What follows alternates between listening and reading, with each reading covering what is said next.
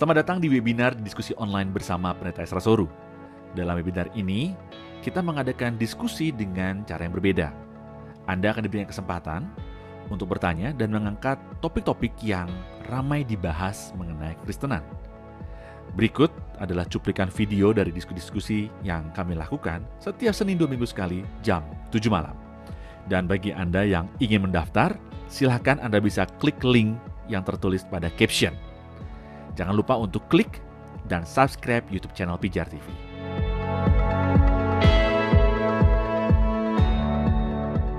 Pak Esra, ada pertanyaan dari Saudara Yonas Nugroho. Selamat malam Pak Esra, Shalom, katanya saya mau bertanya, bagaimana dengan teologi Kristen sendiri? Mana yang bisa dikatakan teologi Kristen yang benar? Misalnya, berkaitan dengan keselamatan. Ada yang mengajarkan predestinasi, ada yang mengajarkan sinergisme. Ada gereja yang menekankan karunia roh sebagai materai keselamatan. Ada juga yang mengikuti Taurat Perjanjian Lama. Ada juga yang harus menggunakan nama Yahweh. Nah, kemudian bagaimana dengan ekumene, dengan berbagai doktrin berbeda namun saling menerima dan dibenarkan. Apakah bisa dikatakan sinkretisme yang berlebihan? Silakan Pak. Ya, kalau mau ditanya mana yang benar, ya memang pertama-tama kita harus membuang semua pandangan yang tidak menjadikan Alkitab sebagai dasar. Karena apa? Karena memang dalam Alkitab sendiri dijelaskan bahwa memang dasarnya sebuah ajaran itu kan harus kitab suci. Dalam 2 Timotius pasal yang ke-3, ayat yang ke-16, segala tulisan yang dilakukan Allah memang bermanfaat untuk mengajar, menyatakan kesalahan, dan seterusnya. Berarti mengajar itu harus berdasarkan segala tulisan yang dilakukan Allah.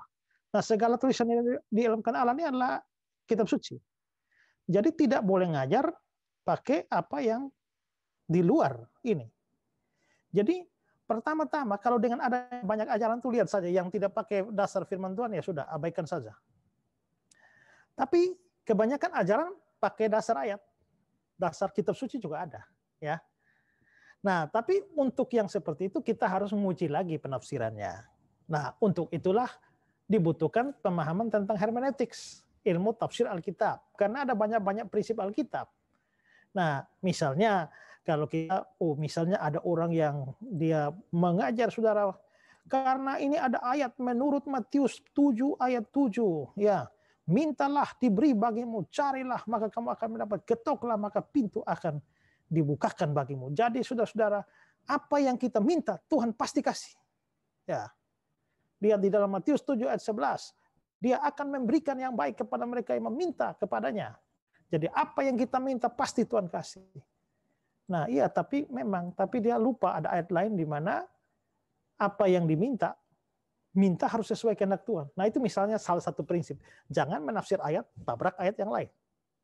Maka ada banyak orang mengeluarkan ajaran, tapi dia mengeluarkan ajaran di sini, menabrak banyak ayat di sini. Atau misalnya memperhatikan konteks. Itu menafsir itu penting, kaitannya prinsip-prinsip dasar dalam memperhatikan konteks. Karena misalnya orang teologi kemakmuran bilang bahwa kalau Matius 6 ayat yang ke-33, ya, bilang bahwa cari dahulu kerajaan Allah dan kebenarannya, semuanya akan ditambahkan padamu. Itu semua. Jadi Tuhan itu akan berikan kita semuanya.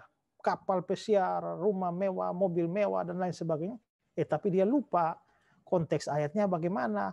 Apa yang dimasukkan dengan semuanya. Kalau kita lihat di ayat yang ke-25, itu kelihatannya soal apa yang hendak kamu makan, minum, ya.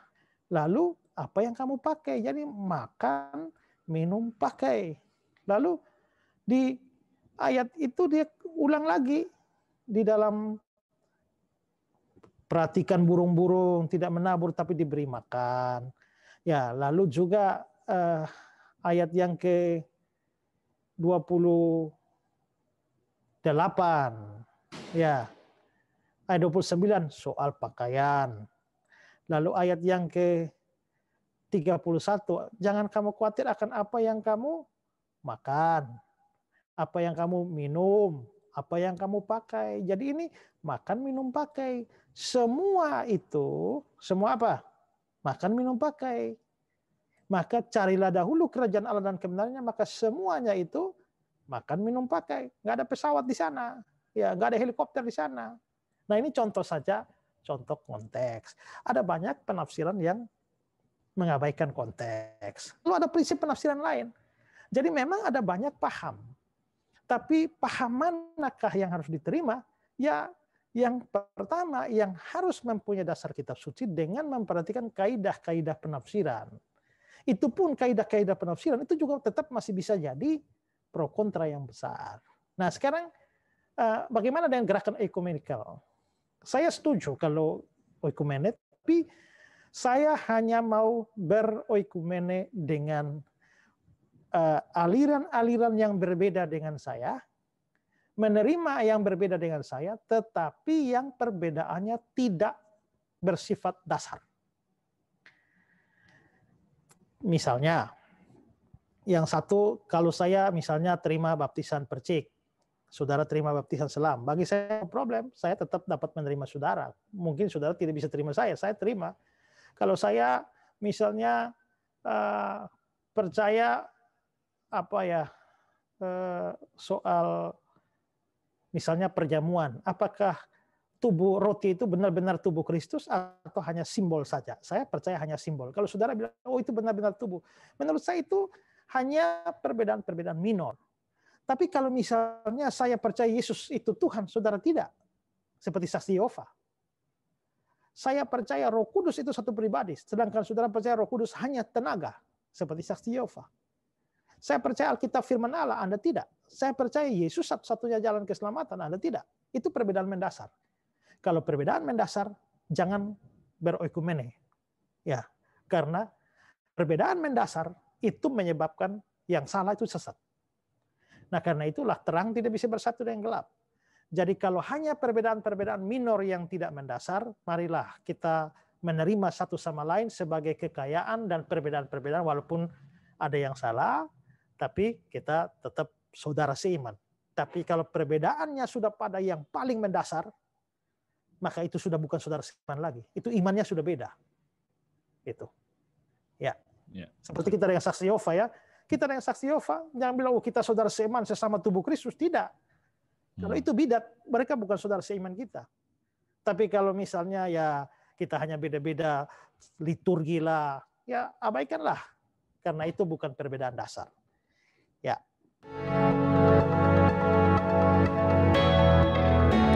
Terima kasih saudara sudah menyaksikan cuplikan diskusi bersama Pendeta Ezra Soru. Jangan lupa segera mendaftar dengan klik link pada caption sekarang juga. Informasi selengkapnya ada pada image di akhir video ini.